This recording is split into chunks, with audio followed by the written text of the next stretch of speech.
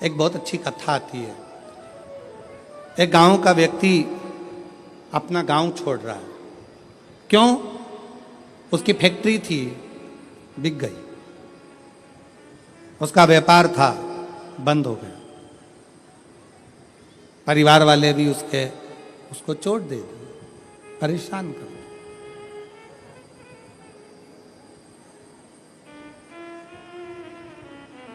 उसने प्लान बनाया कि अब मुझे इस गांव में नहीं रहना है, मुझे ये गांव छोड़ना है,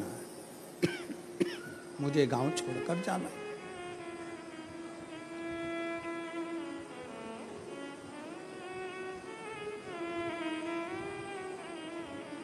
पूरा फैक्ट्री बेच दिया, घर बेच दिया, जमीन बेच दी, सब कुछ बेचकर धन एकत्रित करा, घोड़े पर बैठ गया, घोड़े पर बैठकर और सब बेचकर परेशान होकर वहां से चल दिया। 60 किलोमीटर दूर दूसरा गांव था, वहां पहुंच गया। गांव में जाकर देखा तो गांव के लोग आम के पेड़ के नीचे, पीपल के पेड़ के नीचे बैठे हुए हैं, बातचीत कर रहे हैं, सब आपस में बातें कर रहे थे। इस व्यक्ति ने अपना घोड़ा रोका, घोड़ा रोककर नीचे उतरकर उनके पास जाकर बैठा और बैठकर उसने पूछा, भैया एक बात पूछना चाहता हूं, क्या आप मुझे बताओगे? बोलो, क्या बात पूछना है? क्या पूछना चाहते हो? भैया ये बताओ, यहां के लोग कैसे?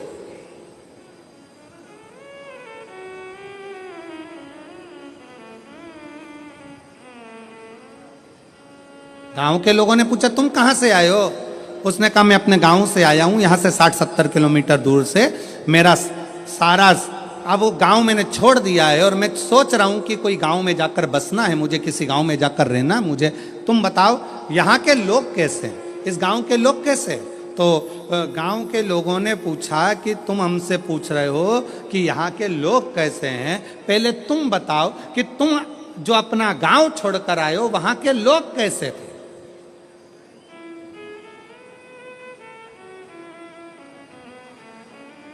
उस व्यक्ति ने कहा, वहां हमारे गांव के लोग इतने दुष्ट, पक्के रावण, कंस की औलाद, इतने गंदे पूछो मत। झूठ, प्रपंच, बेईमानी, छल सब उसमें भरा हुआ। अच्छा, हाँ, अब आप बताओ आपके गांव के लोग कैसे हैं? तो उन्होंने कहा, भैया तुम जो बोल रहे हो बिल्कुल वैसे की वैसे ही हमारे गांव के लोग भी हैं। अब उसने मन में सोचा कि अपना गांव का सामान बेचकर आया और यहाँ के लोग भी ऐसे ही हैं, तो क्या मतलब यहाँ रहने से? और आगे बढ़ा, 200 किलोमीटर दूर आगे जाने पर फिर एक गांव में पहुंचा। एक गांव में पहुंचा तो वहाँ पर लोग बैठे हुए थे, बातचीत कर रहे थे। ये उतर कर फिर गया, इसने जाकर पूछा, क्यों भैया क्या बात है?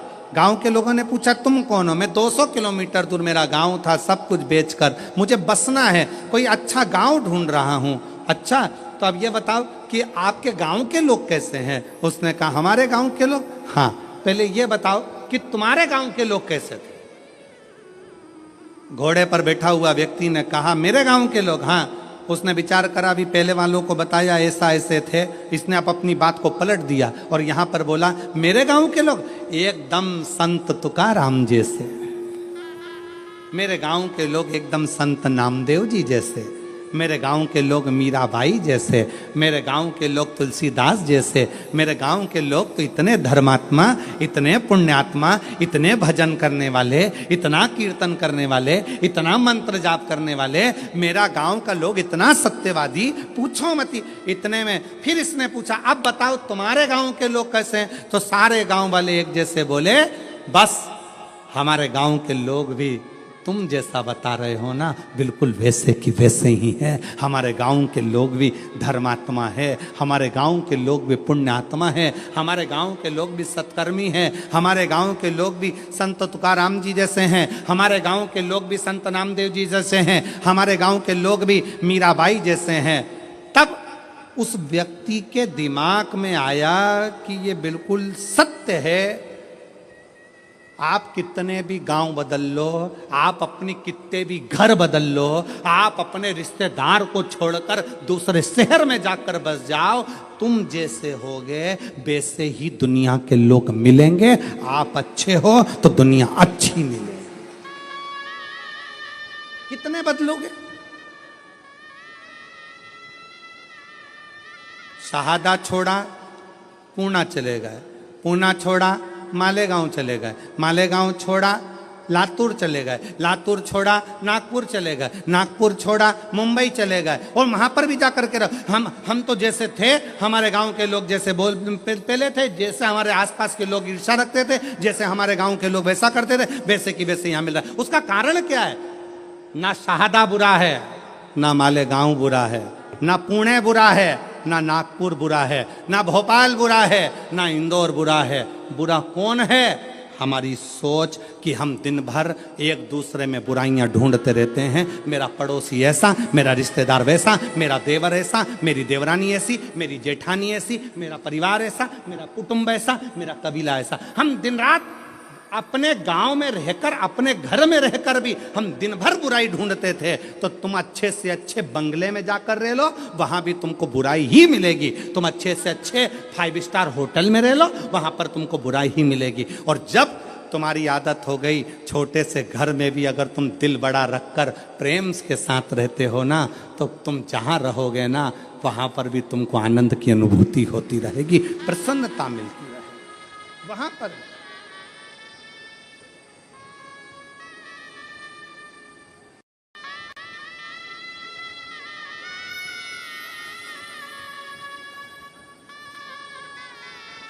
वो कहते जो जैसी भावना लाया वो वैसा ही फल पाया, जो जैसी भावना लाया वो वैसा ही फल पाया। नहीं खाली उसे लौटाया, वो मन ही मन हर्षाया।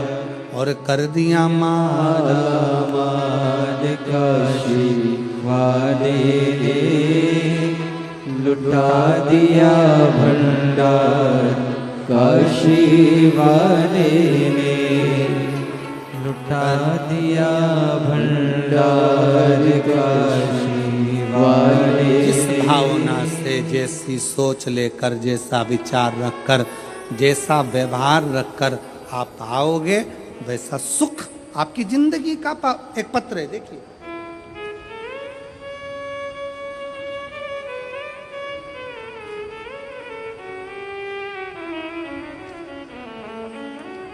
मेरा नाम ललिता परमेश्वर पाटोले, मैं नासिक महाराष्ट्र से हूँ।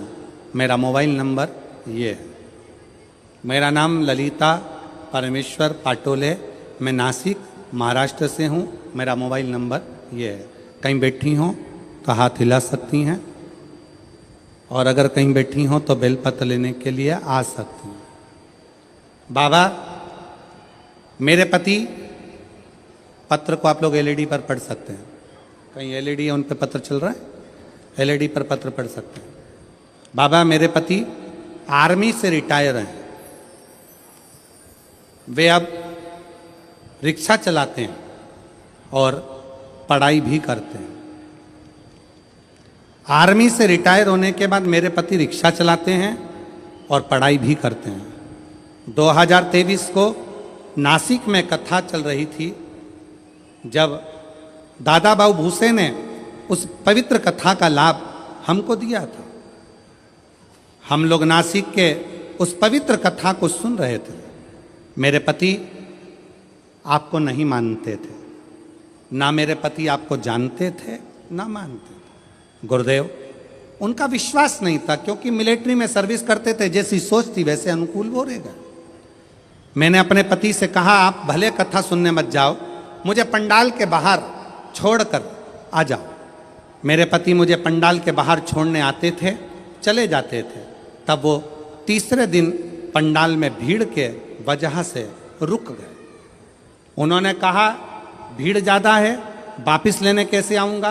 तो उन्होंने गाड़ी खड़ी कर कर तीसरे दिन की कथा में पंडाल में ही रुक गए। पंडाल में रुके। उस दिन धूलिया से एक औरत पैदल आई थी। उसे देखकर मेरे पति के आंखों में आंसू आए। बाबा सबकी सुनता है। उसने उस स्त्री से पूछा, तुम पैदल चलकर धूलिया से नासिक आई हो, तुम्हें बाबा ने क्या दिया? उस महिला ने कहा, मैंने जो मांगा था मेरे भोलेनाथ ने दे दिया, इसलिए मैं पैदल चलकर नासिक तक आई हूँ। नासिक तक आई हूँ। मेरे पति को लगा मैं आर्मी से रिटायर हूँ, अब रिक्शा चलाता हूँ, पर मेरी कोई सरकारी नौकरी नहीं लग रही है, मेरे बेटे की भी नौकरी नहीं लग रही है। आज कथा का तीसरा दिन है। आज मैं पृथ्वी पर बैठकर, पंडाल में बैठकर बाबा से विनय करता हूँ, अगर कुबरेश्वर बाबा शंकर जी की कथा में अगर प्रबलता है तो वो मेरी भी नौकरी लगा दें और मेरे बेटे की भी लगा दें। गुरुदेव, बेटे का मेडिकल बार बार रुक रहा था, नासिक में उसका मेडिकल होने वाला था, और मेरे पति ने तीसरे दिन की कथा में बाबा से गुहार लगाई। लोग कहते हैं कि ये शिव महापुराण का पंडाल है। मेरे पति ने कहा, वो सियोर वाला महाराज इतना दमदारी से बोलता है, मतलब शिव पुराण की कथा में शंकर खुद कथा करता है, अगर उसके सामने बैठकर बोला जाए तो बाबा सुनता जरूर है। मेरे पति ने गुहार लगाई और बाबा से प्रार्थना कर कर मेरे पति कथा सुनकर आ गए। जब पूरी कथा हो गई, कथा सुनकर हम लोग घर आए। घर आने के बाद मेरे बेटा एक एग्ज़ाम दे रहा था। एग्ज़ाम का रिजल्ट जिस दिन हम घर पर आए शाम को, उसी दिन बेटे का शाम को फ़ोन आ गया कि पिताजी मेरा सिलेक्शन आर्मी में हो गया, बाबा की कृपा से मैं सिलेक्ट हो गया। गुरुदेव, आर्मी में तो सिलेक्ट हो गया। मेरे पति बोले एक बार सीहोर जाना है, वहाँ पर जाकर बाबा से अर्जी लगाना है। कथा सुनी, 15 दिन बाद सीहोर पहुँच गए। सीहोर में कंकर शंकर की पूजन कर कर कहा, बाबा तूने मेरे बेटे की तो नौकरी लगा दी, बस मैं बचा हूँ, आर्मी से रिटायर हुआ हूँ, रिक्शा चलाता हूँ, तू मेरी और नौकरी लगा दे। बाबा की ऐसी कृपा हुई कि बाबा की कृपा से आज ऐसी करुणा, सीहोर से आने के बाद 3 महीना भी पूरा नहीं हुआ और बाबा की कृपा से मेरा बॉम्बे के अंदर मेरा सिलेक्शन जेल के प्रहरी के रूप में हो गया और मैं बाबा को यहाँ प्रणाम करने के लिए आया हूँ। मेरे बेटे की भी फोटो लगा रहा हूँ और मेरी भी फोटो लगा रहा हूँ, दोनों की लगा रहा हूँ। अब बेटे की फोटो देखो जिसका मिलिट्री में हुआ, और जेल प्रहरी के रूप में जिनका हुआ रिक्शा चलाते चलाते, उनकी भी फोटो उन्होंने खुद की लगाई। एक बार जोरदार ताली बजाकर साथ बताएं। एक लाइन अच्छी लिखी है,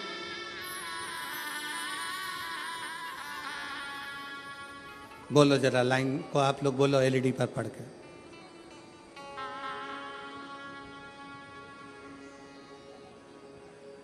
बोलो बोलो जरा, टीवी पर देख के बोलो।